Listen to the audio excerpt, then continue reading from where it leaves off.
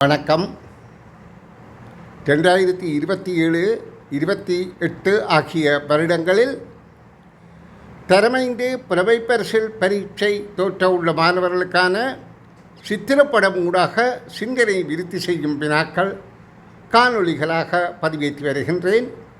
அந்த வகையில் இங்கு பிரதியீடு சார்பான ஒரு வித்தியாசமான வினாவை தருகின்றேன்.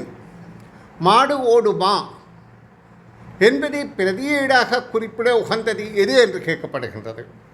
மாடு ஓடுமா என்று கேட்டவுடனே எல்லோரும் அது மாட்டை குறிக்கின்றது, ஓடுமா ஓடுந்தானே. ஆனால் இங்கே பிரதியீடாக இடமிருந்து வலமாக வருகின்ற எழுத்தை வலமிருந்து இடமாக மாற்றி எழுதினாலும், அதாவது உச்சரித்தாலும், இடமிருந்து வலமாக உச்சரிக்கும் போது மா டு ஓ டு மா, அது வலமிருந்து இடமாக உச்சரித்தாலும் மா டு ஓ டு மா என அமைகின்றது.